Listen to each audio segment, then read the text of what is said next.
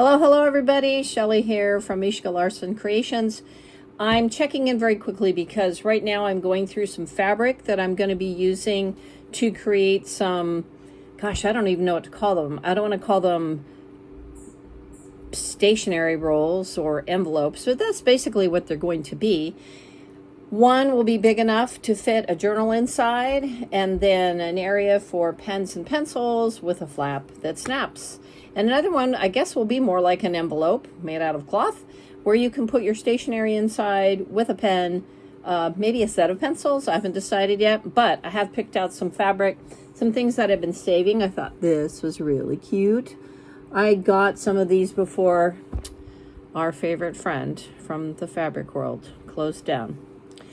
This one I've actually used as a quilt backing, so I've got a lot of this left, which is great because it's kitties. And some Animal Crossing. I know there's probably some Animal Crossing fans out there.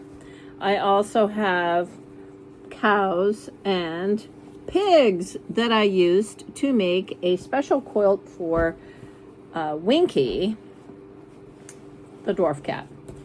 This was from a friend of mine, little corgis, little dogs, I guess. This is some Japanese fabric. I also have some acorns left over from some bags that I made earlier this year. Some really nice tropical fabric, checks. This I've used in several quilts. Oh, and I have my my Jedi cats. I'm not sure about that. I might save that for something for myself. And then I have some of this. So I've got quite a bit of fabric to use. Well, that's it for now. So I'll have more coming. I'm not going to start the sewing probably until the beginning of September, because right now through the end of August, I'm just getting all of the designs sewn up for the holiday. I don't like to call it a launch, but basically that's what it is. And the craft fair, holiday bazaar, actually, I'm doing in October. So that's what's happening.